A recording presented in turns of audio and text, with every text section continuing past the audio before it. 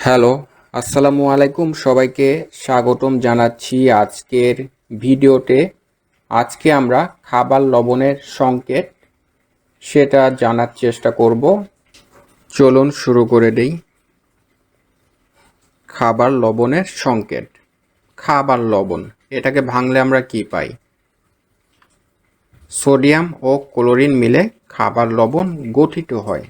অর্থাৎ খাবার লবণকে ভাঙলে আমরা Na এবং Cl অর্থাৎ সোডিয়াম ও ক্লোরিন পাই।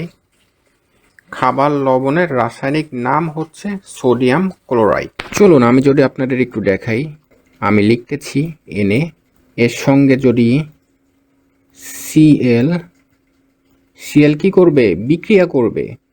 এই দুটা মিলে হবে হচ্ছে Na এবং Cl, আর এই NaCl এর নাম হচ্ছে সোডিয়াম ক্লোরাইড। ওকে, এখানে Na হচ্ছে সোডিয়াম, ক্লোরিন হচ্ছে Cl।